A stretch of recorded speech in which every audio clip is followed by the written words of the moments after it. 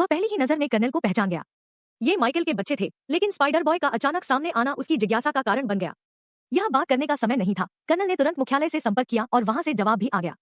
इसी दौरान माइकल और नेतेरी भी उस जगह पर पहुंच गए। वहां शांति और गंभीर माहौल था, जैसे किसी अंतिम अनुष्ठान की तैयारी हो। नेतेरी, जो अंधेरी रात की शिकारी देवी के रूप में जानी जाती है, एक नजर में ही कर्नल को पहचान लेती है। कर्नल भी उस परिचित तीर के निशान को देखते ही समझ गया कि सामने कौन है। इसके बाद कर्नल ने व्यंग्यभरी बातों से उकसाना शुरू किया और अपने सैनिकों को उसके चारों तरफ घेरा बनाने का आदेश दिया। नेतेरी ने आसपास से कई तरह की हलचल की आवाजें सुनी और तुरंत प्रतिक्रिया दी। कर्नल किसी तरह फिर से सक्रिय हो चुका था, लेकिन माइकल उसकी चालों को समझ चुका था।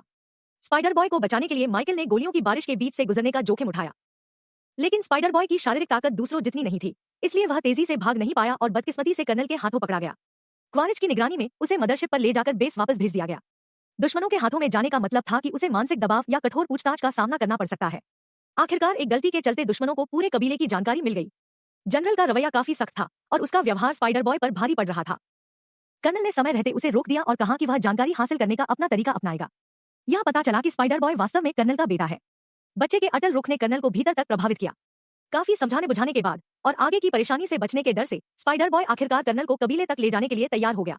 दूसरी तरफ माइकल नहीं चाहता था कि उसके कारण पूरा कबीला किसी खतरे में पड़े, इसलिए उसने मुखिया का पद छोड़ दिया और अपने परिवार के साथ उस जंगल को छोड़ने का फैसला किया जहां वह वर्षों से रहता आया था। वह एक ऐसे अनजान इलाके में पहुंचना चाहता था जहां उनका परिवार सुरक्षित रह सके, एक ऐसी जगह जो दुनिया की नजरों से दूर थी। लंबे सफर के बाद वे स्वर्गद्वीप पहुंचे। यह एक छोटे से द्वीप पर रहने वाला समुद्री कबीला था। यहाँ के लोग माइकल के कबीले से अलग थे, ज्यादा ताकतवर और अलग रंगत वाले। जब इस समुद्री कबीले के मुखिया और पुरोहित को उनके बारे में पता चला, उन्होंने उन्हें अपने बीच स्वीकार कर लिया। माइकल को नए माहौल में ढलना था।